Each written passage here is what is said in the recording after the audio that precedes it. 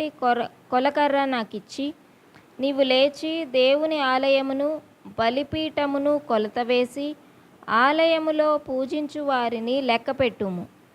ఆలయమునకు వెలుపటి ఆవరణమును కొలత వేయక విడిచిపెట్టుము. అది అన్యులకు ఇయ్యబడెను. వారు 42 నెలలు పరిశుద్ధ పట్టణమును కాలితో త్రొక్కుదురు. చాలమ్మ, ప్రార్థన చేసుకో. అచంత ప్రేమ కృప కనికరమ కలిగిన మా తండ్రి, నీ మహాకృపను బట్టి ప్రకటన గ్రంథం 10 అధ్యాయాలు కంప్లీట్ చేయడానికి కృప చూపించావు. ఈ 11వ అధ్యాయం ప్రారంభిస్తూ ఉంటుండగా నీ సన్నిధిని మాతో ఉంచండి. రావాల్సిన బిడ్డలు చాలామంది ఉన్నారు. వారు త్రోవలో ఉంటే త్వరగా తీసుకుని రండి. ఈ 11వ అధ్యాయంలో దాచబడిన సత్యములను మా ముందుంచి వాక్యపు వెలుగులో మా జీవితాలు సరిచేసుకోవటానికి నీ కృప చూపించమని, వాక్యం బోధిస్తున్న నన్ను నీ ఆత్మతో అభిషేకించి ఈ వాక్యంలో దాచబడిన సత్యములను మా ముందుంచమని యేసు నామంలో ప్రార్థించి వేడుకొనుచున్నాము తండ్రి, ఆమేన్. ఆమె ఇక్కడ చదవబడిన వాక్యములో యోహాను పద్మసు లంకలో ఉంటుండగా పరలోకానికి కొనుపోబడి ఆత్మవశుడై యుగాంతమందు జరగబోవు సంఘటనను దేవుడు బయలుపరిచింది రాశాడు. ఇక్కడ ఆలయాన్ని కొలకర్ర తీసుకొని కొలవండి దాన్ని అంటున్నాడు. అమ్మ, 42 నెలలు అన్యులు తొక్కటానికి దాన్ని ఉంచేటట్టు.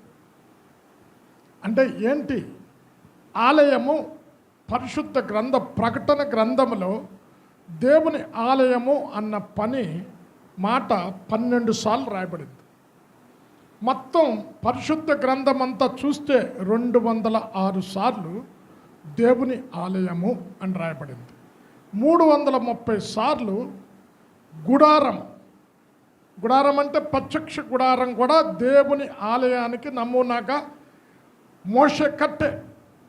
అంటే ఇక్కడ భూ సంబంధమైన ఆలయము, పరలోక సంబంధమైన ఆలయం గురించి చెప్తున్నాడు, భూ సంబంధమైన ఆలయం గురించి చెప్తున్నాడు, అలంకారంగా ఆలయం గురించి చెప్తూ ఉన్నాడు.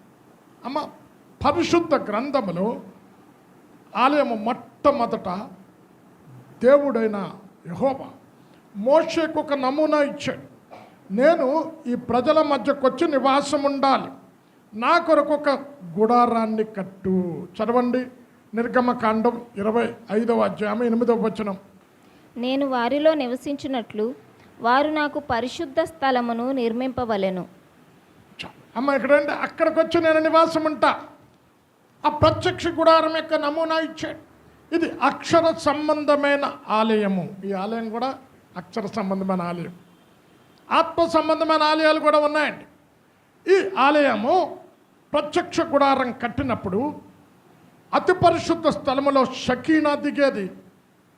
ఆ మహిమ పైకెత్తబడినప్పుడు ఇశ్రాయేలు ప్రజలు నడిచారు, ఆగిపోయినప్పుడు మహిమ ప్రయాణం కూడా ఆగిపోయింది. ఇలాగా ఇశ్రాయేలు ప్రజలను 30 లక్షల మంది ఆ ప్రత్యక్ష గుడారంలోకి వచ్చి నివాసం ఉండి నడిపించాడు. అయితే 400 సంవత్సరాల తర్వాత ప్రత్యక్ష గుడారం వెళ్ళిపోయింది. తర్వాత ఏమొచ్చింది? సొలొమోను దేవాలయాన్ని కట్టాడు. దావీదు గారు దేవాలయానికి అవసరమైనవన్నీ సమకూర్చాడు. సొలొమోను దేవాలయాన్ని కడితే అక్కడ దేవుడు ఒక వాగ్దానం చేశాడు. ఇక్కడ చేసినటువంటి ప్రార్థన నేను విని ఆ ప్రార్థనకు జవాబు ఇస్తాను. దేవాలయాన్ని కట్టి ప్రతిష్ఠించినప్పుడు దేవుని యొక్క సకీనా, దేవుని యొక్క మహిమ అక్కడ దిగి వచ్చింది. 2వ దినవృత్తాంతాలు 7వ అధ్యాయం 1వ వచనం చదవమ్మా. సొలొమోను తాను చేయు ప్రార్థనను ముగించినప్పుడు అగ్ని ఆకాశము నుండి దిగి దహన బలులను ఇతరమైన బలులను దహించెను. యెహోవా తేజస్సు మందిరము నిండా నిండెను.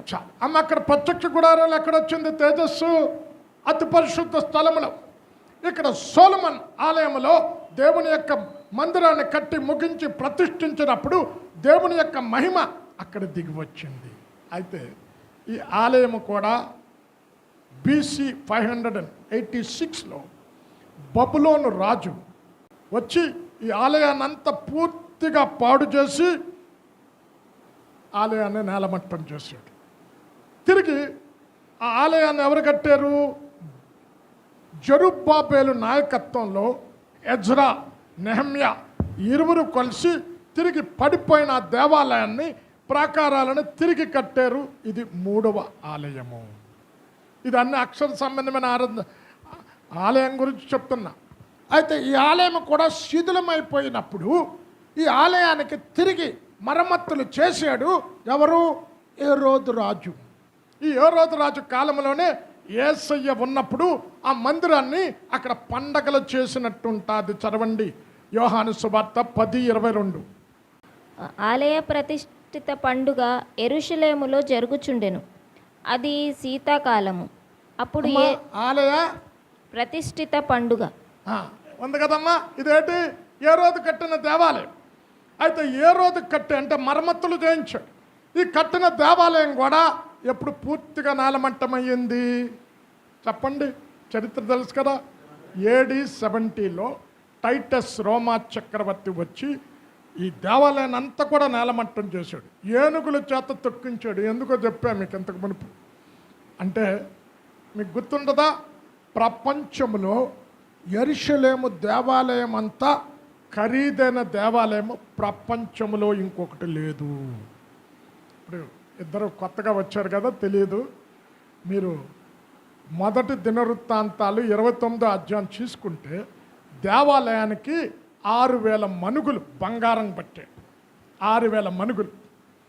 ఒక మనుగు ఎంత అంటే 37 కేజీలు చిల్లర. అంటే 6,000 × 37 ఎంతమ్మా? 2,70,000 కేజీలు బంగారమే.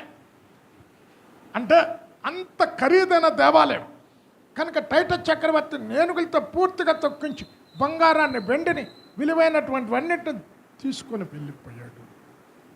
తిరిగి ఈ దేవాలయము మరల కట్టబడలేదు.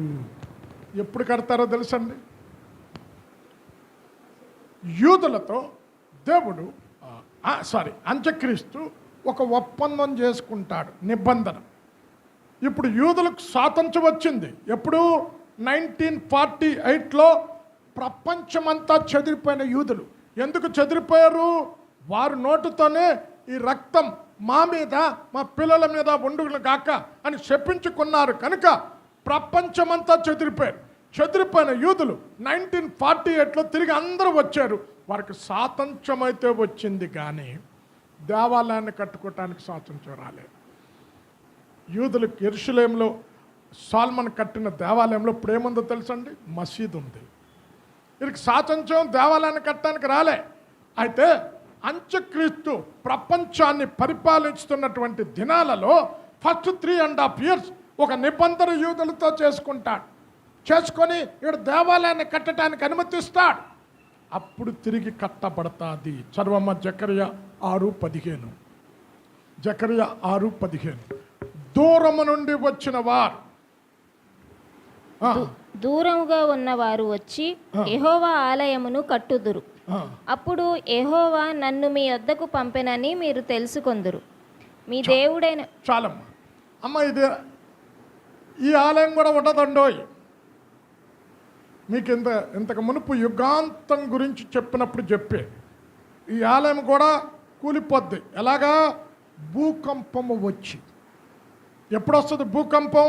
ఇప్పుడు నెక్స్ట్ 2 సాక్షులు వస్తారని చెప్పాను కదా, పరలోకం నుండి కూలిపోతుంది. కనుక దేవుడే కడతాడు అక్కడ ఆలయాన్ని.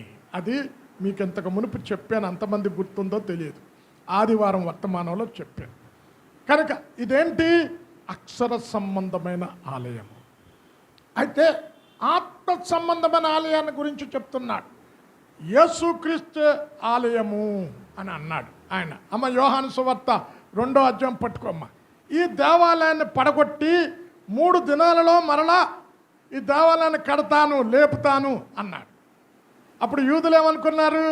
అరే ఈ దేవాలయాన్ని కట్టడానికి 46 సంవత్సరాలు అయితే 3 దినాల్లో కడతాడేంటి అంటే, ఈ హృదయం అనే దేవాలయం గురించి మాట్లాడుతున్నాడు. అంటే క్రీస్తు దేవాలయం అని చెప్తూ ఉన్నాడు. చదవమ్మ యోహాను సువార్త 2:19-20. యేసు ఈ దేవాలయమును పడగొట్టుడి. అమ్మ ఏ దేవాలయం అంటున్నాడు? తన్ను చూపించంటున్నాడు. ఈ దేవాలయాన్ని పడగొట్టి 3 దినములలో దాన్ని లేపుదునని వారితో చెప్పాను. అంటే ఏం చెప్తున్నాడు? నేను చనిపోయి మూడో దినాన తిరిగి లేస్తాను. అర్థం చేసుకోలేకపోయి క్రీస్తే దేవాలయము ఆత్మీయమైన అర్థం. రెండోది ఇక్కడ కూర్చున్న మనందరం కూడా దేవాలయములే. 1 కొరింథీ 3 పట్టుకో. పరిశుద్ధ, మీరు దేవుని ఆలయమని, పరిశుద్ధాత్మ మీలో నివసించుతున్నదని మీరు ఎరగరా? ఎవరైనాను దేవుని ఆలయమును పాడు చేసిన ఎల్ల వారిని నేను పాడు చేస్తా. ఆయన ఆలయము పరిశుద్ధమైనది, మీరు ఆయన ఆలయము. 1 కొరింథీ 3 16-17. మీరు దేవుని ఆలయమై ఉన్నారనియు దేవుని ఆత్మ మీలో నివసించుచున్నాడనియు మీరెరుగరా? ఎవడైనను దేవుని ఆలయమును పాడు చేసిన ఎడల దేవుడు వానిని పాడు చేయును. దేవుని ఆలయము పరిశుద్ధమై ఉన్నది, మీరు ఆ ఆలయమై ఉన్నారు. చాలు అమ్మ. ఇక్కడ ఏమన్నాడమ్మా? మనం ఎవరు? దేవుడు పాత నిబంధనలో దేవాలయంలో నివాసం ఉండేవాడు. నూతన నిబంధన వచ్చేసరికి నీలో నివాసం ఉండాలని కోరుకుంటున్నాడు. అమ్మ, మీకు చాలా దినాల క్రితం ఒక ఎగ్జాంపుల్ చెప్పే, అది నాది కాదులేండి. పాల్ ఎంగిచోది.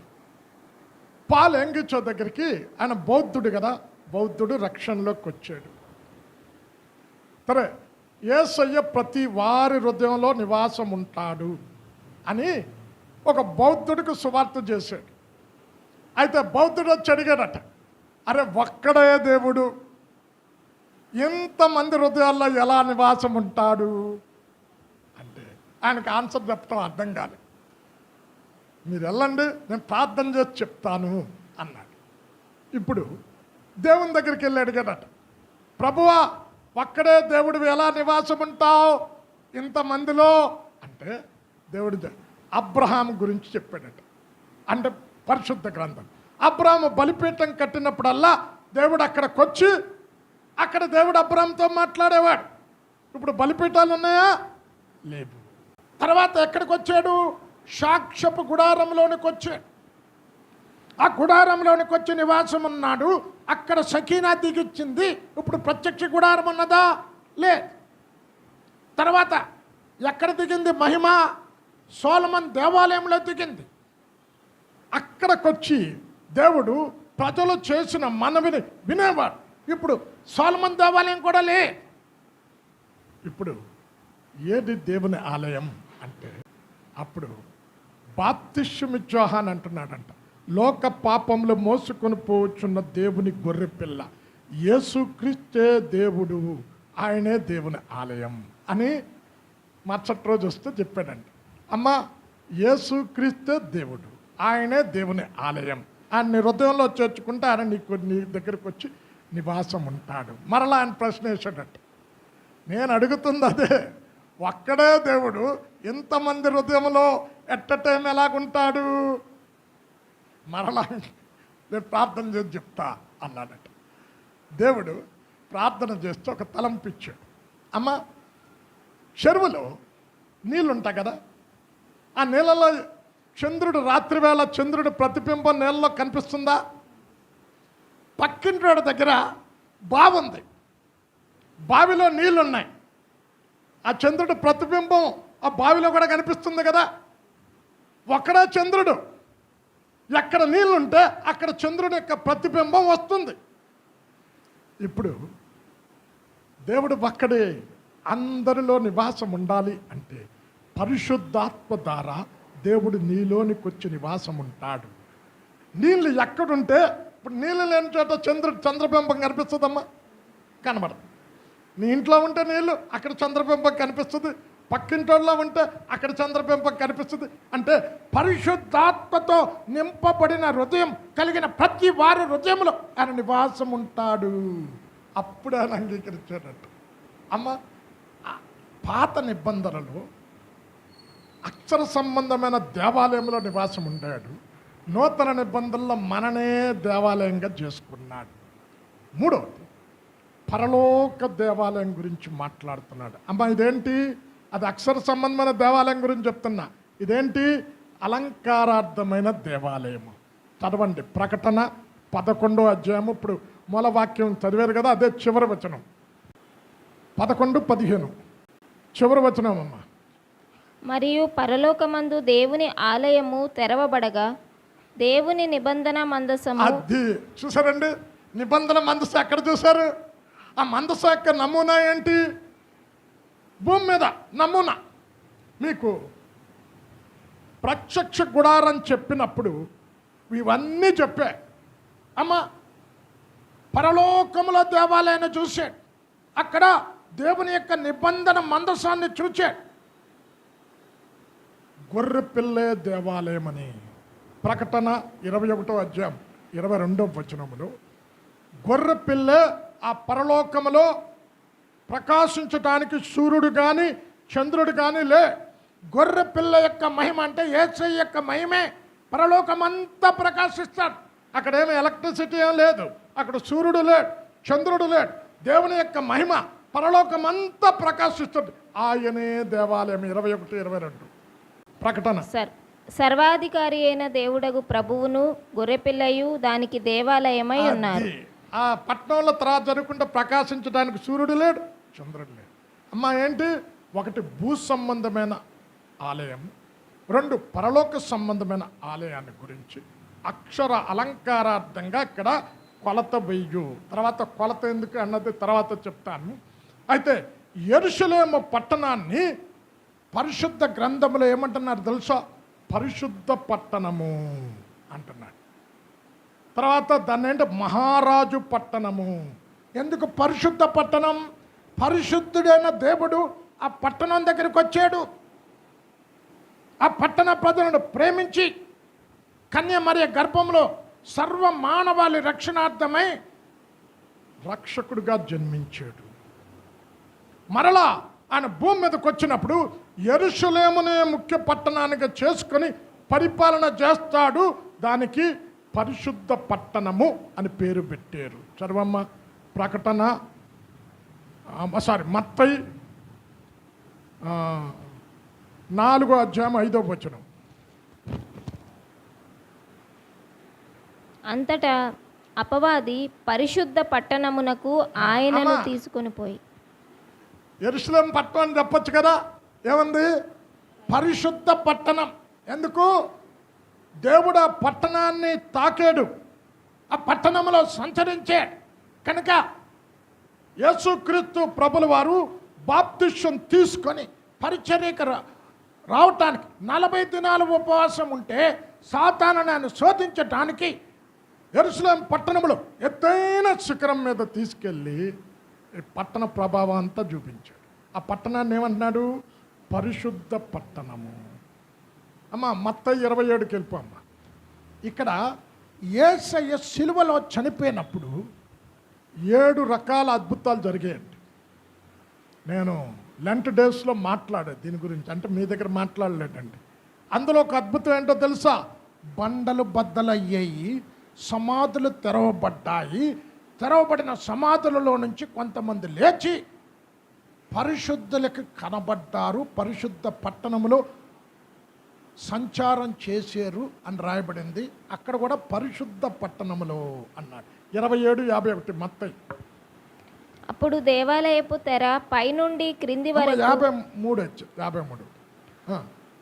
వారు సమాధులలో నుండి బయటికి వచ్చి ఆయన లేచిన తరువాత పరిశుద్ధ పట్టణములో ప్రవేశించి అనేకులకు అగపడిరి. అమ్మా ఏం పట్టణం అన్నాడు ఇక్కడ దేవుడు?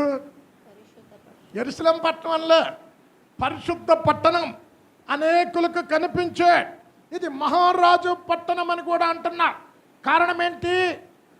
ఇక్కడ ఎక్కడైతే యూదులు యేసును తిరస్కరించారో, ఎక్కడైతే దేవుడు అవమానపరచబడ్డాడో, ఎక్కడైతే దేవుడు తృణీకరించబడ్డాడో అక్కడే రేపటి దినాన్న వచ్చి యెరూషలేమును ముఖ్య పట్టణంగా చేసుకొని ప్రపంచమంతా పరిపాలన చేస్తాడు.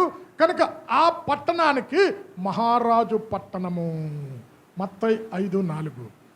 ఇక్కడ ఒట్టు గురించి చెప్పినప్పుడు ఏమన్నాడు? యెరూషలేము ఒట్టను పెట్టుకోవద్దు, అది మహారాజు పట్టణం అంటున్నాడు. 5:35. మత్తయి 5:35. భూమి తోడనవద్దు, అది ఆయన పాదపీఠము. యెరూషలేము తోడనవద్దు, అది మహారాజు పట్టణము. అమ్మ అదేంటి? ఎందుకు మహారాజు పట్టణం అయింది?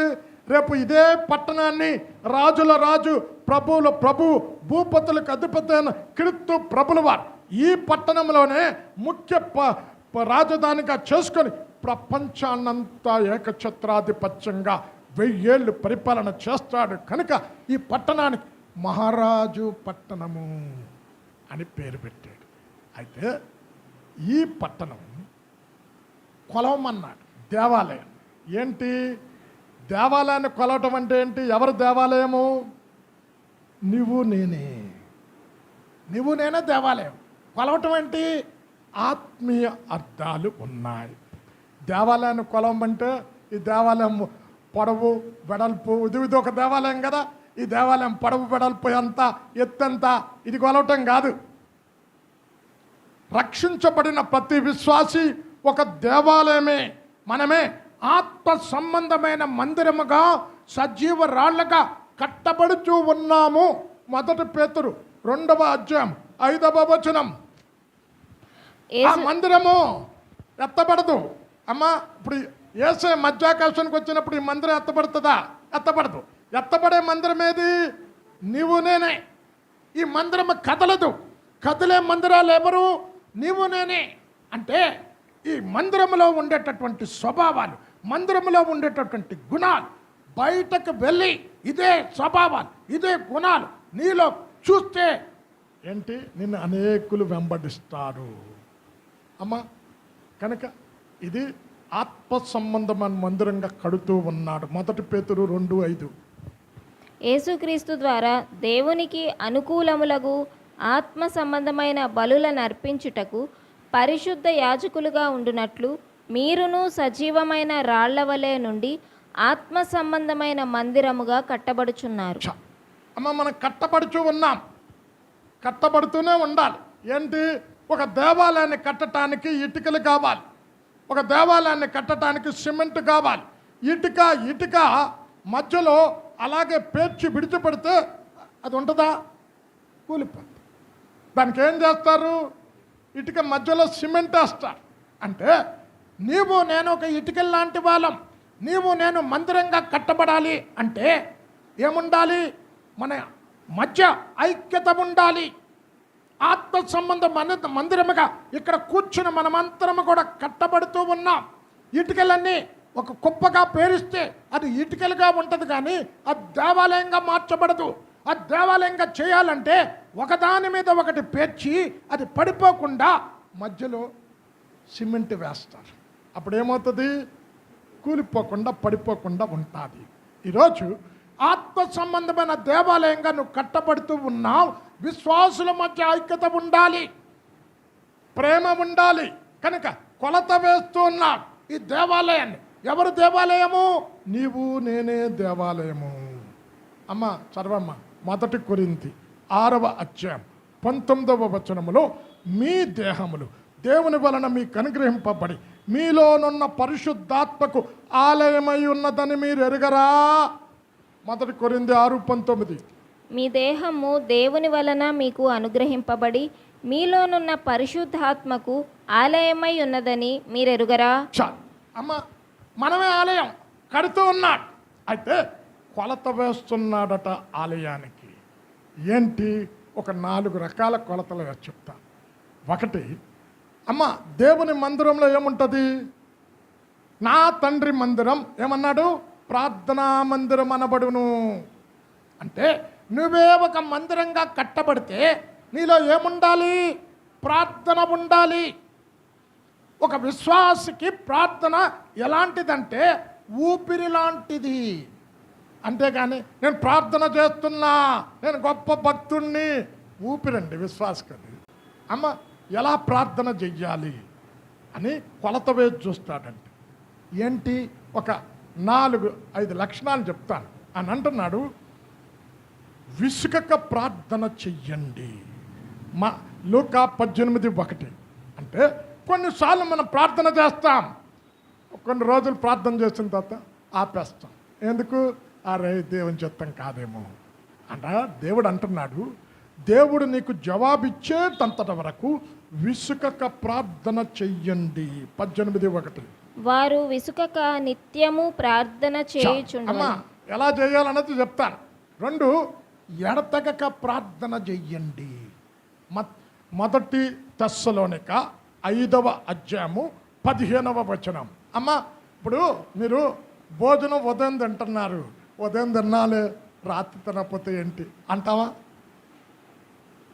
అమ్మో, కొందరు కుంభాలు కడిపేవారికి దేవుడు కొంతమందికి.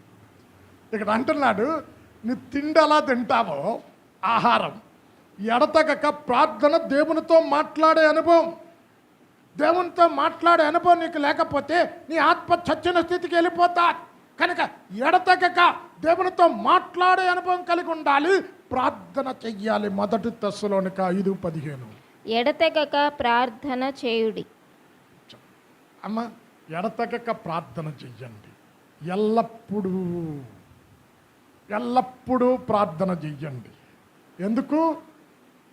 ఆయన మధ్యాకాశానికి వచ్చినప్పుడు ప్రార్థన చేసిన వారే ఎత్తబడే గుంపులో ఉంటారు. ఒకవేళ అమ్మ లూకా 21 పట్టుకోమ్మా, లూక్ 21 పట్టుకోండి. ఒకవేళ నేను బోధిస్తున్నాను కదా అని నా జీవితంలో కూడా ప్రార్థన లేకపోతే ఎత్తబడను నేను కూడా అని అంటున్నాడు. జరగబోవు వీటినల్లటిని తప్పించుకొని, ఏంటి? 7 ఏళ్ల శ్రమల నుండి తప్పించుకోవటానికి, మనుష్య కుమారుడు రాకడ ఎదుట నిలబడటానికి, శక్తి పొందుకోవటానికి ఎల్లప్పుడూ ప్రార్థన చేయుచు మెలకుగా ఉండుడి. లూకా 21:36. కాబట్టి మీరు జరగబో వీటినెల్లను తప్పించుకొని మనుష్య కుమారుని ఎదుట నిలువబడుటకు శక్తి గలవారగునట్లు ఎల్లప్పుడూ ప్రార్థన చేయుచు మెలకువగా ఉండుడని చెప్పాను. అమ్మ, ప్రార్థన అద్భుతాలు చేసేది. ప్రార్థన దేవుని యొక్క హృదయాన్ని గెలిచేది, పరలోకాన్ని కదిలించేది ప్రార్థన. మీకు ఇంతకు మునుపు ఒకటి చెప్పే, ఎన్నో అద్భుతాలు చెప్పే ప్రార్థన. మదర్ తెరీసా కలకట్టాలో హోమ్ ఉందండి. మదర్ తెరీసా ఉన్నప్పుడు సంగతి. ఆ హోమ్లో అనాథ పిల్లలు 3,000 మంది వరకు ఉన్నారు. ఒకరోజు పొద్దున్నే నర్స్ వచ్చింది, మదర్ పిల్లలకి ఈ పూట బ్రేక్ఫాస్ట్ లేదు అంది. మదర్ అందంట, అందరూ డైనింగ్ హాల్కి వచ్చి కూర్చొని ప్లేట్లు పెట్టుకొని ప్రార్థన చేయండి అన్న.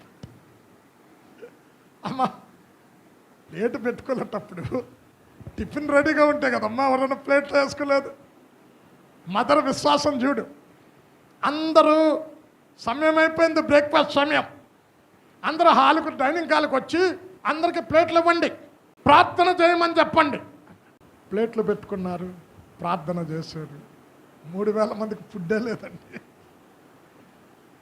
ఎవరో మిలిటరీ నుంచి, అమ్మ కలకటాలో మిలిటరీ క్వార్టర్స్ ఉంది, హెడ్ క్వార్టర్స్ కలకటాలోని, బెంగళూరులో ఆర్మీ క్వార్టర్స్ కొన్ని చోట్ల ఉంటాయి.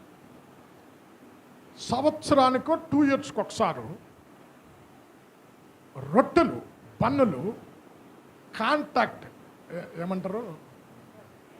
ఏమంటారండి, టెండర్ కదా, టెండరేనా, ఆ టెండర్ పిలుస్తారు. ఆ టెండర్లో గెలిచిన వాడికే 2 సంవత్సరాలు. అది తక్కువ మంది కాదండి, వేల సంఖ్యలో. అయితే ఈ బేకరీ వాడు బన్ను టెండర్ పెట్టాడు, బన్ను బ్రెడ్. ఆ టెండర్లో వీళ్ళు వచ్చేది. అయితే ఆ రోజు తయారు చేసిన బన్ను సేఫ్ అవుట్ అయ్యింది. సేఫ్ అవుట్ అంటే తెలుసు కదండి. సేఫ్ అవుట్ అంటే ఇప్పుడు ఆకారం. ఇప్పుడు కొన్నిసార్లు కొంతమంది వేస్తూ ఉంటారు, ఏంటి షేపులు ఉండవు, గారెలు కొంతమంది షేపులు ఉండవు. అయితే రుచిగానే ఉంటుంది. షేప్ అవుట్ అయిపోయింది అంటే గుండ్రంగా లేదు. అరే, ఇది గనక ఇస్తే ఆర్డర్ క్యాన్సిల్ చేసి వచ్చారు.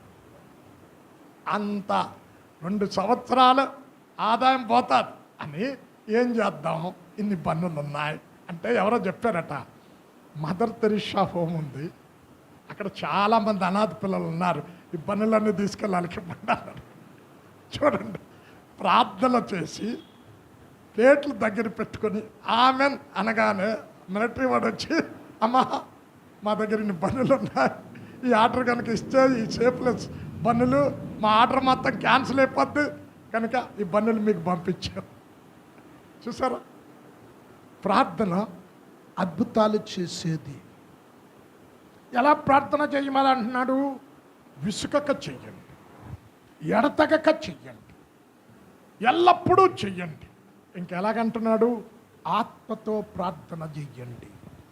ఎఫెసీ 6వ అధ్యాయం 18, 19 వచనాలు చదువుకుంటే, ఆత్మ వలన ప్రతి సమయమందును ప్రతి విధమైన ప్రార్థన విజ్ఞాపనము చేయుచు ఆ విషయమే సమస్తమైన పరిశుద్ధుల నిమిత్తం పూర్ణమైన పట్టుదలతో మెలకుగా ఉండి చెయ్యండి. 6, 18, 19. ఆత్మ వలన ప్రతి సమయమునందును ప్రతి విధమైన ప్రార్థనను విజ్ఞాపనను చేయుచు ఆ విషయమై సమస్త పరిశుద్ధుల నిమిత్తమును పూర్ణమైన పట్టుదలతో విజ్ఞాపన చేయుచు మెలకువగా ఉండుడి. చాలు అమ్మ. ఎలా చేయమంటున్నాడు ప్రార్థన? ఆత్మతో. ఎందుకు? పరిశుద్ధాత్మ దేవునితో నువ్వు ప్రార్థన చేస్తే పరిశుద్ధాత్మ దేవుడు తండ్రిని ఒప్పించి తండ్రి దగ్గర నుండి ఎలాగా ఆ ఆన్సర్ రాబట్టుకోవాలన్నది తెలిసినది ఎవరు? ఆత్మదేవుడు. కనుక ఆత్మచేత నింపబడాలి. హెచ్కియా ఫ్రాన్సిస్ పేరు విన్నారండి? చెన్నైలో ఉంటాడు హెచ్కియా ఫ్రాన్సిస్. ఆ చిన్నతనంలో ఉన్నప్పుడు అంట ప్రార్థన చేసినప్పుడు ఏడుస్తూ చేసేవాడట. మరి ఈడేంట్రా ఎప్పుడు ప్రార్థన చేసినా బిగ్గరగా ఏడుస్తూ ప్రార్థన చేస్తాడు. తల్లి అందంట, అరే ఎందుకురా ఏడుస్తావు అంటే, ఆ ఏడు పాపట్లే ఎప్పుడు ప్రార్థన చేసినా ఏడుస్తూనే చేస్తున్నాడట. ఇంకా దినకరణ్ గారికి ఉత్తరం రాశాడట ఆ రోజుల్లో. ఏమని? నా కొడుకు ఒకసారి మీరు మాట్లాడండి అని ఎప్పుడు ప్రార్థన చేసినా ఏడుస్తూ చేస్తున్నాడు అని. అప్పుడు దినకరణ్ గారు అడిగారట హెచ్కియా ఫ్రాన్సిస్కి, బాబు ఎందుకు ఏడుస్తూ చేస్తున్నావు అంటే, ఆత్మ నాలో దిగుతుంది, అయితే అప్పుడు నా శరీరం నా స్వాధీనంలో ఉంటూలే, నేను తెలియకుండానే కన్నీరు కారుస్తూ ఉన్నా నా పక్షంగా పరిశుద్ధాత్ముడు విజ్ఞాపన చేస్తున్నాడు. అమ్మ, ఆత్మదేవుడితో ప్రార్థన చెయ్యాలి. కొలత వేస్తున్నాడు. ఏంటి? దేవాలయానికి కొలత వేయండి అంటే నీ ప్రార్థనా జీవితాన్ని కొలత వేసి చూడండి. ఎలా చేస్తున్నావు? ప్రార్థనకి ఎంత సమయం ఇస్తున్నావు? ఎంతసేపు రోజు దేవునితో మాట్లాడటానికి గడుపుతున్నావు? కొలత వేస్తాడు. 2, వాక్యం విషయంలో. అమ్మ, ఇక్కడ కూర్చున్న మనము ఎలా పుట్టాము అమ్మ చెప్పండి. కాదు, ఒక ఎగ్జాంపుల్ ఇచ్చి 1 పేతురు 1వ అధ్యాయం తీసుకోండి. మీరు క్షయ బీజము నుండి కాక దేవుని వాక్యమును అక్షయ బీజము నుండి పుట్టినవారు. 1 పేతురు 1, 22, 23. మీరు క్షయబీజము నుండి కాక శాశ్వతమగు జీవము గల దేవుని వాక్య మూలముగా అక్షయ బీజము నుండి పుట్టబడిన వారు గనుక. అమ్మ, ఏంటి శాశ్వతమగు జీవం అంటున్నాడు అని యేసయ్య కొండ మీద చేసే ప్రసంగంలో ఏమన్నాడు? ఆకాశము భూమి గతించిపోవును కానీ ధర్మశాస్త్రం అంతయు నెరవేరే వరకు సున్నాయినను పొల్లైనను తప్పిపోదు. ఏంటి? శాశ్వతంగా ఉండేది వాక్యం. కనుక మీకు చెప్పే దేవుడు ఎవరు చెప్పండి? దేవుడు ఎవరు? పరిశుద్ధుడు. మనం ఎవరు అమ్మా? పాపులం కదా. కీర్తన 51:5 ఏముంది? తల్లి గర్భమందే నేను పాపంతో పుట్టాను. మీకు ఎగ్జాంపుల్ ఇచ్చాను. ఇప్పుడు మీరు చెప్పండి. ఇప్పుడు పాపి దేవుని దగ్గరికి ఎలాగెళ్తాడు? పాపి పరలోకంలోకి ఎలాగెళ్తాడు? ఎగ్జాంపుల్ ఇచ్చే అమ్మ. అనిత నువ్వు కూడా ఇప్పుడు చదువు, అర్థమైనట్టు. 1 పేతురు 1, 22. అక్కడ ఏముంది అమ్మ? చదవాలి అందరూ. మీరు అందరూ చదవండి. మీరు క్షయబీజము నుండి కాక. అక్కడ ఏం పెట్టుకోవాలని చెప్పాను?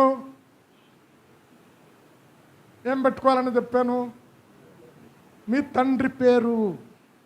ఇప్పుడు చదవండి.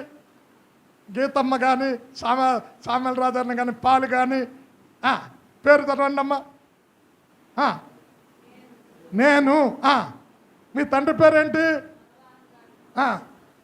ఏం పేరమ్మా? బీజం నుండి కాక శాశ్వతముకు జీవము గల అక్షయ బీజము నుండి పుట్టింపబడిన వారు. ఇక్కడ కూర్చున్న మనం ఎలా పుట్టాం? వాక్యం మూలముగా పుట్టాం. ఎవరి వాక్యం? ఆది యందు వాక్యం ఉండెను, వాక్యము దేవుని యొద్ద ఉండెను, వాక్యము దేవుడై ఉండెను. ఇప్పుడు యేసయ్యలో పాపం ఉందా చెప్పండి? లేదు.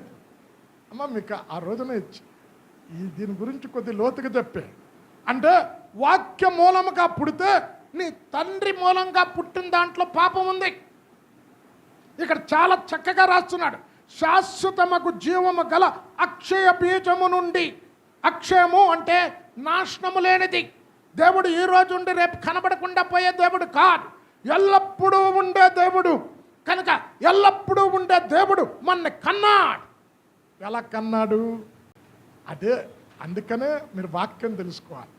అమ్మ యాకోబు రాసిన పత్రిక పట్టుకోమ్మా.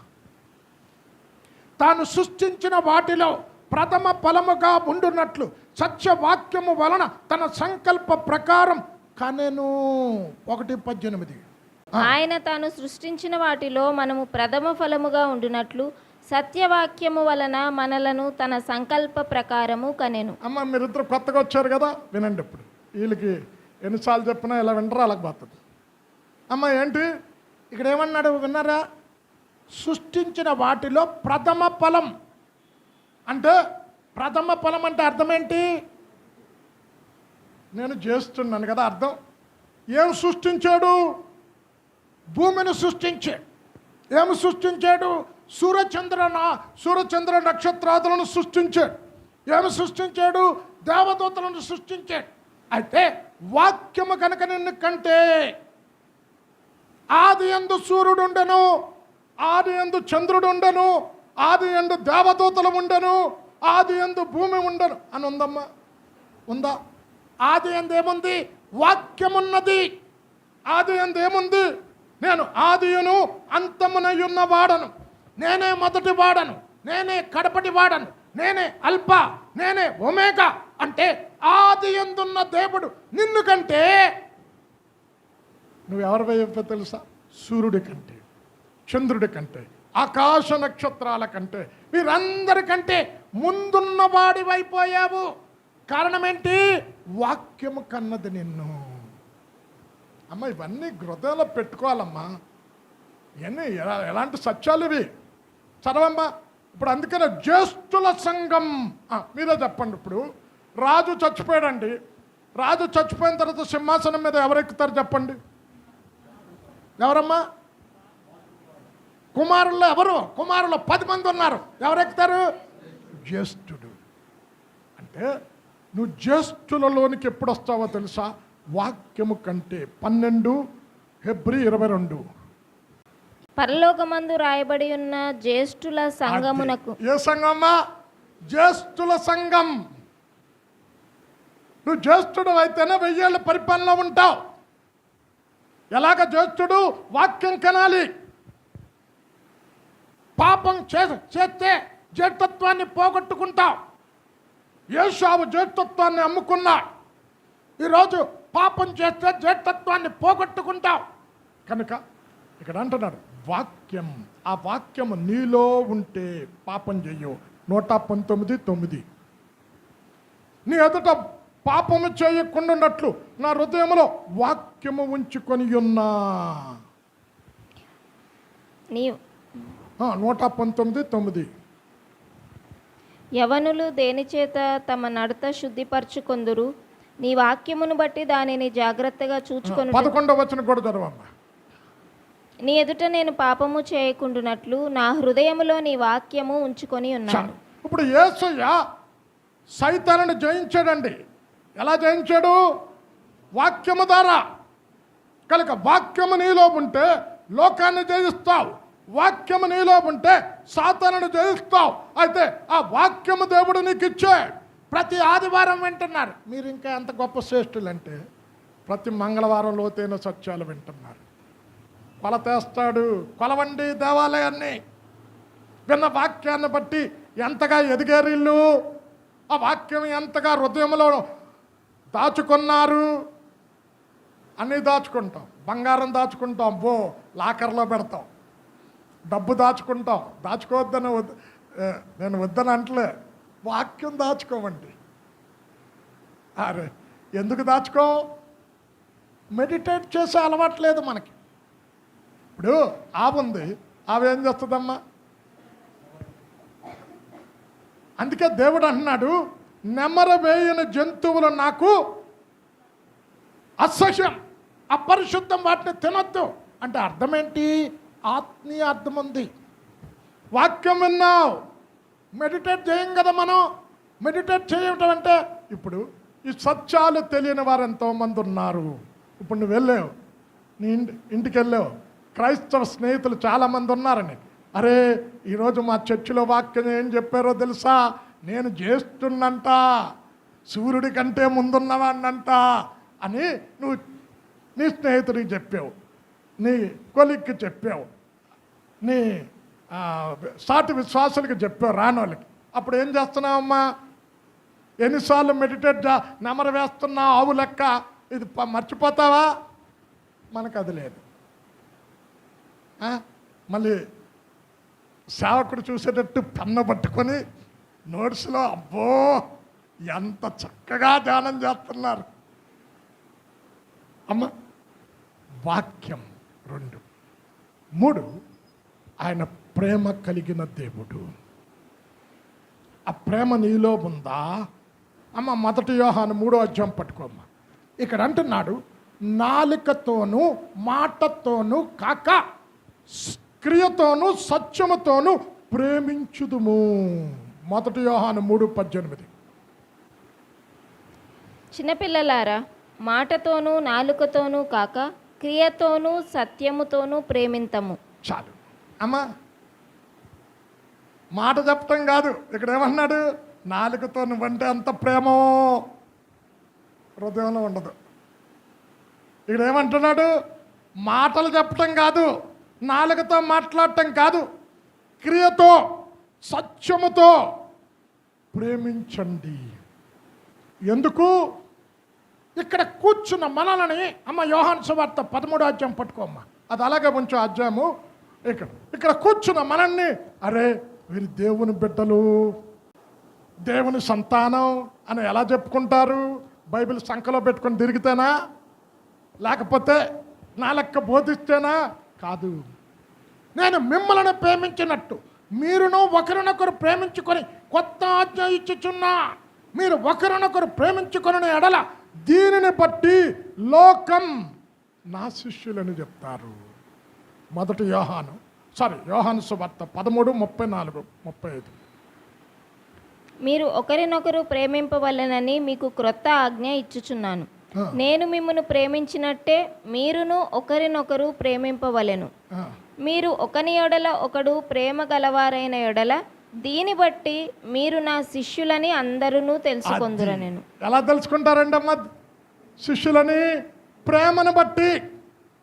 మందిరంకి వస్తూ ఉన్నావు, వాక్యం వింటూ ఉన్నావు, అరే ఈరోజు భార్యాభర్తలు ప్రేమించుకోలేకపోతున్నారండి, అక్కా చెల్లెలు ప్రేమించుకోలేకపోతున్నారు, మళ్ళా దీర్ఘ ప్రార్థనలు చేస్తారు. ప్రేమ లేని చోట దేవుడు ఉండడు. ఇక్కడ కూర్చున్న మీరు దేవుని యందు నిలిచి ఉన్నారు. ఎలా చెప్తాం అమ్మ? 1 యోహాను 4వ అధ్యాయంకి వెళ్ళిపోమ్మ. ఇక్కడ అంటున్నాడు, 4వ అధ్యాయం 11 నుండి 13 వచనాలు చదువుకుంటే, ఏ మనుష్యుడు దేవుణ్ణి ఎప్పుడూ చూడలే కనుక నీ కంటికి కనబడుతున్న సహోదరుని ప్రేమించకపోతే దేవుణ్ణి కూడా ప్రేమించటలే. నీవు సహోదరుని ప్రేమించిన ఎడల దేవుని యందు నువ్వు నిలిచి ఉన్నావు. లేకపోతే నువ్వు నిలిచలేవు. ఎక్కడున్నావు అమ్మ? ఎక్కడున్నారు చెప్పండి? ఎక్కడున్నారు? ప్రేమ లేనోడు సైతాన్లో ఉన్నాడు. చదవమ్మ 4:11 నుండి 13 వరకు. ప్రియులారా, దేవుడు మనలను ఇలాగూ ప్రేమింపగా మనం ఒకనినొకడు ప్రేమింప బద్ధులమై ఉన్నాము.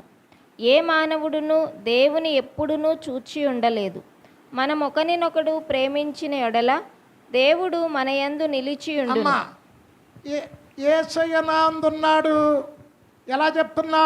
నేను బాప్తిసం తీసుకున్నా, ఆదివారం మందిరానికి వస్తున్నా, లేకపోతే నా లెక్క బోధిస్తూ ఉన్నా, నేను పాటలు పాడుతూ ఉన్నా, వాయిద్యాలు వాయిస్తూ ఉన్నా, లేదందులో ఆడ ఏముంది? ప్రేమ యందు నిలిచి ఉన్నవాడు దేవుని యందు నిలిచి ఉన్నాడు. ప్రేమ లేనివాడు దేవుని యందు నిలిచిలేడు. దేవుని యందు నిలిచి లేకపోతే నువ్వు ఎవరు ఎందున్నావు? సాతాను ఎందున్నావు? అపవాది ఎందున్నావు? చదువమ్మా. ఆయన ప్రేమ మన యందు సంపూర్ణ మగును. దీని వలన మనము ఆయన యందు నిలిచి ఉన్నామనియు ఆయన మన యందున్నాడనియు తెలుసుకొంచున్నాం. చక్కగా చెప్తున్నాడమ్మా. ఇవి అండర్లైన్ చేసుకొని మీ హృదయంలోకి వెళ్ళనివ్వండి. ఏమంటున్నాడు? దీని వలన, దేని వలన? ఇప్పుడు మీరున్నారు ఒకళ్ళు, అరే మందిరానికి వస్తారు, ఈ విశ్వాసకు ఆ విశ్వాసకు పడదండి, ఈ పెద్దకు ఆ పెద్దకు పడదు, ఈ కాపరికి ఆ పగరు పడదు, మళ్ళీ అంటారు మేము దేవునిలో ఉన్నా. వాక్యం చెప్తుంది దేవుని యందు ఉన్నవాడు ఒకరినొకరు ప్రేమించుకుంటారు. ఒకరినొకరు ప్రేమించుకోలేకపోతే దేవుళ్ళో వాళ్ళు లేడు. నువ్వు తీసుకున్న బాప్తిసం వ్యర్థమే, మందిరానికి వచ్చి కూడా వ్యర్థమే. ప్రేమ లేనివాడు దేవుల్లో లేడాడు. అమ్మ, దేవుడు ఎవరంట? ప్రేమ స్వరూపి. 1 యోహాను 4:8. దేవుడు ప్రేమ స్వరూపి. చాలు అమ్మాళ్ళకి చాలా సంవత్సరాల క్రితం ఒక మంచి ఎగ్జాంపుల్ ఇచ్చాను. ఈ ఎగ్జాంపుల్స్ ఎందుకు ఇస్తాను చెప్పండి? అర్థం చేసుకోవటాన్ని. అమ్మ, 4 దేవదూతలు గుర్తొచ్చిందండి? గుర్తుందమ్మా? ఎవరికైనా గుర్తుందా? మీకైనా? 4 దేవదూతలు ఒకరోజు పొద్దున్న తలుపు కొట్టారట.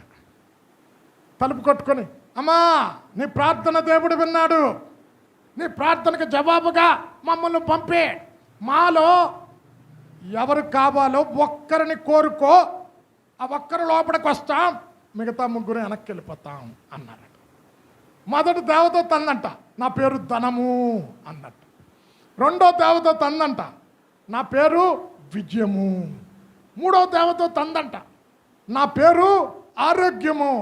4వ దేవదూత అందంట, నా పేరు ప్రేమ, ఎవరిని కావాలి కోరుకో అన్నట్టు. ఈ ముసలామె ఉండి ఇక్కడే ఉండండి, నా ముసలోడిని అడిగి చెప్తా అని ముసలోడి దగ్గరికి వెళ్ళింది తన భర్తదని. ఏమండో మన ప్రార్థన దేవుడు విన్నాడు, ప్రార్థనకి జవాబుగా ధనమంట, విజయమంట, ఆరోగ్యమంట, ప్రేమంట ఒక్కటే కోరుకోమన్నాడు అంటే, ఓ పిచ్చిదానా, డబ్బు రమ్మనే డూప్లెక్స్ హౌస్ కట్టుకోవచ్చు హైటెక్ సిటీలో, బెంజ్ కారు BMW కారు కొనుక్కోవచ్చు, 10 మంది దగ్గర లెక్క పెట్టచ్చు. ఈ మాట కొడుకు విన్నాడట. కొడుకు అంటున్నాడట, అమ్మా డబ్బుండేం ప్రయోజనం, పిల్లలు పరీక్షలు రాస్తే తప్పుతున్నారు, ఒక్కరికి జ్ఞానం లేదు, వ్యాపారం పెడితే వ్యాపారంలో నష్టమే, అసలు ఏ పని చేసినా అన్నిట్లో నష్టమే, నన్ను అడిగితే విజయం రమ్మను అన్నాడట కొడుకు. ఈ మాట కోడలిందంట, అత్త డబ్బుండేం చేసుకోను, విజయం ఉండేం చేసుకోను, మన సంపాదన అంతా డాక్టర్లకు తగిలేస్తున్నాం, ఆరోగ్యమే మహాభాగ్యం కదా, ఆరోగ్యంగా ఉంటే సంతోషంగా ఉంటాం, కనుక ఆరోగ్యం రమ్మను. మన శరీరంలో డయాబెటీసులు, బీపీలు ఎవరిలో చూసినా డయాబెటీస్, బీపీ, ఇంకా ఎన్నో రకరకాల రోగాలు. కనుక ఆరోగ్యం, డబ్బంతా మన ఇంట్లోనే ఉంటుంది, డాక్టర్లకు అయ్యాం. ఈ మాట నచ్చింది. పిలుద్దా అనేసరికి పని మనిషి ఉందంట, ఎప్పటి నుంచో చేస్తుంది. అమ్మా 25 సంవత్సరాల నుంచి మీ ఇంట్లో పని చేస్తున్నా, అరే మీ ఇంట్లో ఒకరంటే ఒకరికి ప్రేమే లేదమ్మా, అత్తంటే కోడలుగా పడదు, కోడలంటే అత్తగా పడదు, భార్యాభర్తల మధ్య ప్రేమ లేదు, తండ్రి కొడుకుల మధ్య ఐక్యత లేదు, మీ ఇంట్లో ప్రేమ లేకపోవటం వలన నెమ్మదే లేదు, సమాధానమే లేదు. కనుక ప్రేమని రమ్మనమ్మ, మీ ఇంట్లో ఐక్యత వస్తుంది, సమాధానం వస్తుందండి. ఈ మాట నచ్చింది. నచ్చి ముసలామె వెళ్ళి బయటికి వెళ్ళి, ప్రేమ లోపలికి రా అంటే నలుగురు లోపలికి వచ్చేస్తున్నారండి. ఇదేంటి ఒక్కళ్ళే వస్తానన్నారు కదా అంటే, ఏ ఇల్లు ప్రేమను పిలుస్తాదో ఆ ఇంట్లోకి మేము అందరం వచ్చేస్తామని ఒక ఒప్పందంకి వచ్చాం. అమ్మ ఎందుకు చెప్పాను ఈ కథ? ప్రేమ ఎవరు? ప్రేమ స్వరూపి దేవుడు. దేవుడు నీ ఇంట్లో ఉంటే ఏముంటుంది? సామెతలు 8:21, నన్ను ప్రేమించి వారిని ఆస్తికి కత్తలుగా చేస్తాను. దేవుడు నీ ఇంట్లో ఉంటే ఏముంటుందమ్మా? నువ్వేమీ ఇబ్బంది పడవు, ఆస్తికి కత్తలుగా ఉంది కదమ్మా. దేవుడు నీ ఇంట్లో ఉంటే ఏముంటుంది? విజయం ఉంటుంది. రోమా 8:37, రోమన్స్ 8:37, మనను ప్రేమించిన వాటిని బట్టి వీటన్నిటిలో అత్యధిక విజయాన్ని పొందుకుంటాం. ఉంది కదమ్మా. More than conqueror. యేసయ్య నీ ఇంట్లో ఉంటే అరే ఏముంటుంది? ఆస్తి ఉంటుంది. యేసయ్య నీ ఒంటిలో ఉంటే వాటం ఉండదు, అపజయమే.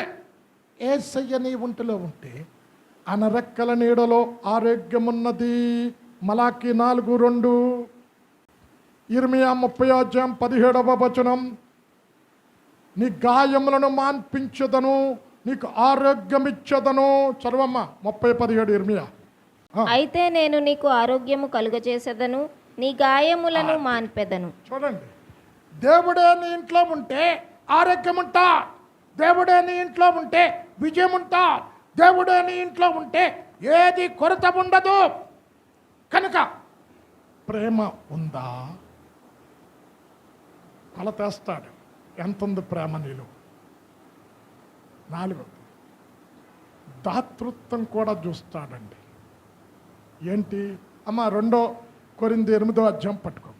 మాసిదోనియా సంఘం నిరుపేదలైనను వారి దాతృత్వం అంట బహుగా ఉందంట. వారు సామర్థ్యానికి మించి ఇచ్చారట. అంటే దేవుడు నిన్ను ఆశీర్వదిస్తున్న కొలది ఏంటి? లేని వారిని జ్ఞాపకం చేసుకోవాలి, బీదవారిని జ్ఞాపకం చేసుకోవాలి, సువార్థికులను జ్ఞాపకం చేసుకోవాలి, సువార్త కొరకు ఇచ్చే మనస్సు కలిగి ఉండాలి. చదవమ్మ 2 కొరింథీ 8 మొదటి 4 వచనాలు. సహోదరులారా, మాసిదోనియా సంఘములకు అనుగ్రహింపబడి ఉన్న దేవుని కృపను గూర్చి మీకు తెలియజేయుచున్నాము. ఏలగనగా వారు బహుశ్రమ వలన పరీక్షింపబడగా అత్యధికముగా సంతోషించిరి. శ్రమలో ఎలాగున్నారట? ఇప్పుడు శ్రమ వచ్చిందనుకో మనం ఏం చేస్తాం? ఏమి ఇస్తామండి దేవునికి కానుకలు? మా ఇంట్లో ఏమైనా క్షేమం ఉందా? కష్టాలు కన్నీరేగా. ఇక్కడంట మాసిదోనియా సంఘం శ్రమలలో సంతోషించారు, శ్రమలలో గుప్పులు విప్పారు. మరియు వారు నిరుపేదలైనను వారి దాతృత్వము బహుగా విస్తరించెను. ఈ కృప విషయములోను పరిశుద్ధుల కొరకైన పరిచర్యలో పాలుపొందు విషయములోను మనఃపూర్వకముగా మమ్మును వేడుకొనుచు వారు తమ సామర్థ్యము కొలదియే గాక సామర్థ్యము కంటే ఎక్కువగాను తమంతట తామే ఇచ్చిరని. ఎలాగిచ్చారంట? సామర్థ్యము కంటే ఎక్కువ ఇచ్చారంట. అమ్మ, దేవుడికి ఇచ్చి పోగొట్టుకున్నది ఏదీ లేదు. మీకు ఒక ఎగ్జాంపుల్ చెప్తాను, మా జీవితంలో జరిగింది. చాలా సంవత్సరాల క్రితం మోరిస్ షెరిల్లో యూదుడాన్ జింకానా గ్రౌండ్స్లో 10 రోజులు ఫాస్టర్స్ కాన్ఫరెన్స్ కూడా పెట్టాడు. ఒరిస్సా నుంచి 30 మంది పాస్టర్లు వచ్చారండి. వారి ముందు ఏం చేశారు? అకామిడేషన్ కూడా ఇస్తానన్నారు. అయితే ఆర్గనైజర్స్ మోసం చేశారు. వచ్చారు, అకామిడేషన్ ఇవ్వలే, 6 హోటల్లో ఉండాల్సి వచ్చింది. డబ్బులన్నీ అయిపోయాయి. 30 మంది పాస్టర్స్కి ట్రైన్ ఫెట్స్ లేవు. ఆయనలో ఒక పాస్టర్ పేరు ఆర్కే డిగాల్, రాజ్ కిషోర్ డిగాల్. ఆయన ఇప్పటికీ ఉన్నాడు. ఆయన వచ్చాడు నా దగ్గరికి వచ్చి, బ్రదర్ 30 మంది పాస్టర్లకి ట్రైన్లో వెళ్ళటానికి టిక్కెట్కి డబ్బులు లేవు, చూడండి మీరేమైనా హెల్ప్ చేస్తే మేము ఒరిస్సాలో దిగ్గానే పంపిస్తామన్నారు. నేను 10 రోజులు సెలవు పెట్టా. నేను అన్నా, ఇప్పుడు సెలవులో ఉన్నాను, మా ఇంట్లో కూడా చుట్టాలు వచ్చి ఏంటి మీటింగ్స్ కోసం వేరే ఊరి నుంచి వచ్చి మా ఇంట్లోనే ఉన్నారు. కానీ ఏం చేద్దాం అని. ఇప్పుడు 5-6 కంటే అప్పట్లో జీతాలు చాలా తక్కువ. 25 సంవత్సరాల క్రితం జరిగిన సంఘటన. కిరాణా షాప్ కూడా ఒకటి తెలిసినోడు ఉన్నాడండి అక్కడ. మాకు అప్పుడు గాంధీనగర్లో ఉండేవాళ్ళు. ఆయన నెల్లు అడిగాను నేను, బాబు రేపు ఇస్తాను నేను, ఉంటే నాడు ఇవ్వలే. ప్రభు కిరణ్ దగ్గరికి వెళ్ళాం, ఆయన దగ్గర లేవన్నాడు. మా మిస్సెస్ దగ్గర డబ్బులు ఉన్నాయి, కానీ ఇంట్లో చుట్టాలు ఉన్నారు. ఆమెకేంటి ఇప్పటికి కూడా మెంటాలిటీ ఏంటంటే, ఎవరైనా చుట్టాలు ఇంటికి వస్తే నాన్ వెజ్ పెడితేనే భోజనం పెట్టినట్టు ఆమె దృష్టిలో, లేకపోతే పత్తు పడుకోబెట్టినట్టు ఆమె దృష్టిలో. ఏంటంటే ఉదయం నాన్ వెజ్ పెట్టాలి, సాయంకాలం అప్పుడే ఆమె పెట్టినట్టు ఆమెకి.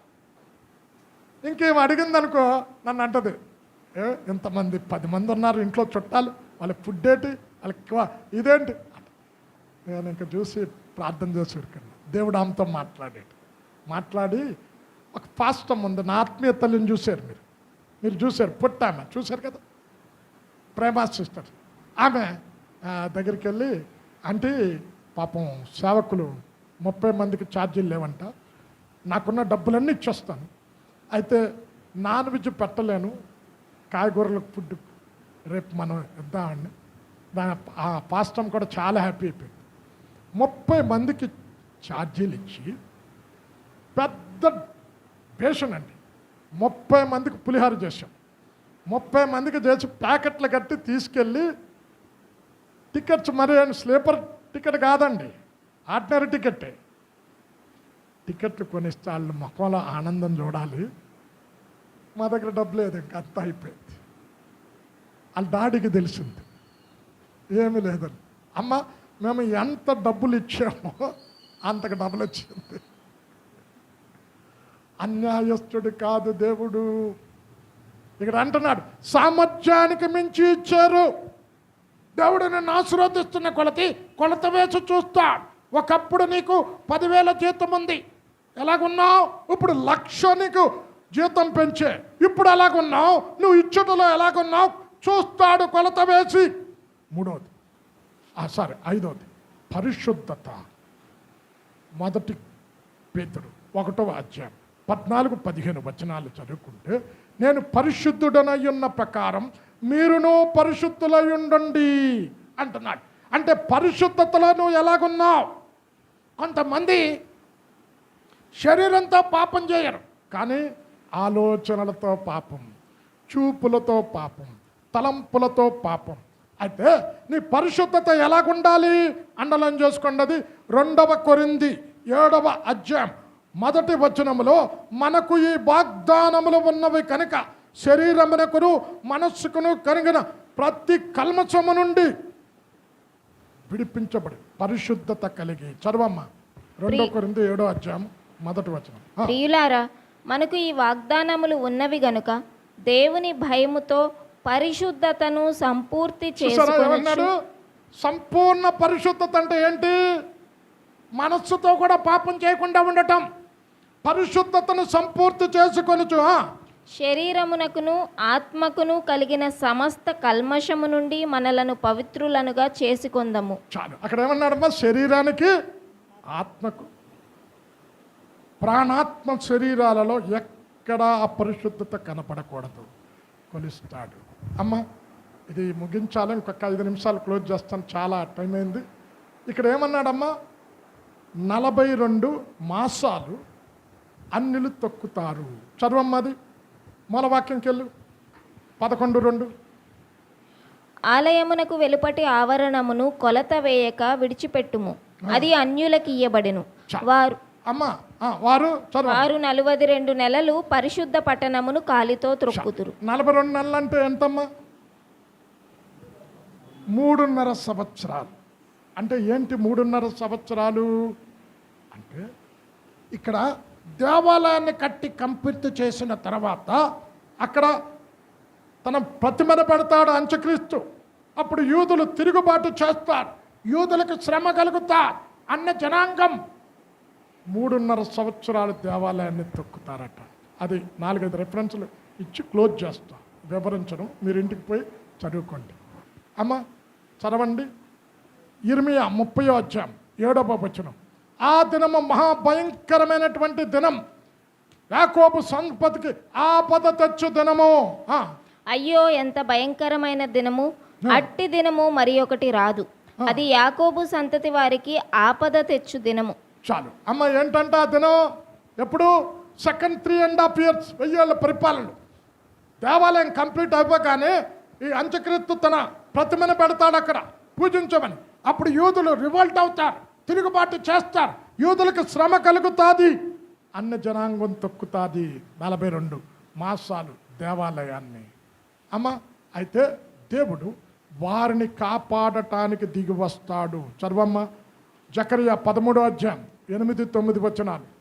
వెండిని శుద్ధి చేసినట్టు, బంగారమును కొలుములో నుండి శుద్ధి చేసినట్లు నేను ఏంటి అగ్నిలో నుండి లాగినట్టు వారిని లాగుతా. దేశమంతటా జనులలో 2 భాగముల వారు తెగవేయబడి 2 భాగాల వారు చస్తారు, 3 భాగాల వారు శేషిస్తారు, 3వ భాగము వారు శేషింతురు. ఆ 3వ భాగమును నేను అగ్నిలో నుండి వెండిని తీసి శుద్ధిపరిచినట్లు శుద్ధపరుతును, బంగారమును శోధించినట్లు వారిని శోధింతును. వారు నా నామమును బట్టి మొర్ర పెట్టగా నేను వారి మొర్రను ఆలకింతును. వీరు నా జనులని నేను చెప్పుదును, యెహోవా మా దేవుడని వారు చెప్పుదురు. అమ్మ ఇప్పుడు చెప్తున్నారా? యూదులు చెప్పట్లేదు కదా యేసే దేవుడని. అంటే ఎండ్ డేస్లో వారు మనోనేత్రాలు వెలిగించబడతాయి. అదే జకరియా 12:10 దావీదు కరుణ పొందించు ఆత్మ వారికి ఇవ్వగా పొడిచిన వారిని కనులారా చూస్తారు, జ్యేష్ఠ కుమారుడు గురించి కన్నీరు కార్చినట్టు వారు విలపిస్తారు. 12:10 దావీదు సంతతి వారి మీదను యెరూషలేము నివాసుల మీదను కరుణ నొందించు ఆత్మను విజ్ఞాపన చేయు ఆత్మను నేను కుమ్మరింపగా వారు తాము పొడిచిన నా మీద దృష్టి ఉంచి, ఒకడు తన ఏక కుమారుని విషయమై దుఃఖించినట్లు తన జ్యేష్ఠ పుత్రుని విషయమై ఒకడు ప్రలాపించినట్లు అతని విషయమై దుఃఖించుచు ప్రలాపింతురు. ఇప్పుడు అక్కడ పనిచేసే వారిని లెక్క పెట్టమన్నాడు. అమ్మ 11:1 చదవమ్మ. 11:1 మరియు ఒకడు చేతికర్ర వంటి కొలకర్ర నాకిచ్చి, నీవు లేచి దేవుని ఆలయమును బలిపీఠమును కొలత వేసి ఆలయములో పూజించు వారిని లెక్క పెట్టుము. అమ్మ ఎంతమంది పూజిస్తారు? పూజించు వారిని లెక్క పెట్టమన్నాడు. మీకు ఆల్రెడీ ఇంతకు మునుపు చెప్పే ఎంతమంది? అమ్మ పాల్ ప్రకటన 7వ అధ్యాయంలో ఎంతమంది చెప్పాడు? 144,000 మంది. ఏమంటారు? వారు దేవాలయములో వన్న ఆరాధిస్తారు, పూజిస్తారు. కనుక ఎప్పుడైతే ప్రతిమను పెడతారో వాళ్ళు ఏం చేస్తారు? యూదులపై శ్రమ కలుగుతారు, కష్టం కలుగుతారు. అయితే వారిని రక్షించటానికి ఒలివ కొండ మీదకు దిగి వస్తాడు. 42 దినాలు తొక్కుతారు. ఇంకొక రిఫరెన్స్ ఇస్తాను, చదవండి. లూకాసు సువార్త 21వ అధ్యాయము 24వ వచనం. సువార్తల్లో కూడా ఉంటుంది. వారు కత్తివాత కూలుదురు, చెరపట్టబడిన వారై సమస్తమైన అన్యజనముల మధ్యకు పోవుదురు. అన్యజనముల కాలములు సంపూర్ణమగు వరకు యెరూషలేము అన్యజనముల చేత త్రొక్కబడును. చాలు అమ్మ, ఇది ఎప్పుడు? ఎండ్ డేస్లో జరిగే కార్యం. అయితే అన్యులకు రక్షణ లేదన్నప్పుడు గుర్తుపెట్టుకోండి, యూదులకు మాత్రమే సెకండ్ 3.5 years రక్షణ ఉంటుంది. అన్న జనాంగానికి రక్షణ లేదు. ఎందుకు? కృపాకాలం ముయ్యబడింది, హతసాక్షుల సంఖ్య ముయ్యబడింది. ఒక యూదులకే రక్షణ ఉంటుంది. అయితే 42 మాసాలు అన్న జనాంగం తొక్కుతా అని అన్నాడు. కొలత వెయ్యండి దాన్ని.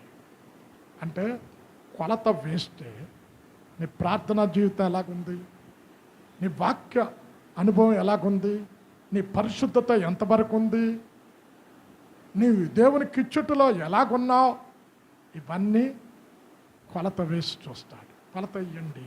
ఈరోజు నేను కొలత వేసి చూసినప్పుడు ఇప్పుడు దేవునికి ఇష్టమైన రీతిలో నువ్వు ఉంటే శ్రమల నుండి తప్పించుకొని ఎత్తబడతావు. కళ్ళు మూసుకోండి, ప్రార్థన చేసుకోండి.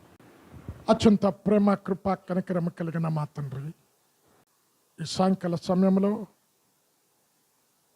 ప్రకటన 11వ అధ్యాయంలో మొదటి 2 వచనాలు దాచబడిన సత్యాలు మా ముందుంచావు. నువ్వు కొలత వేసే దేవుడు అని, మా ఆత్మీయ జీవితాన్ని కూడా కొలత వేస్తావు.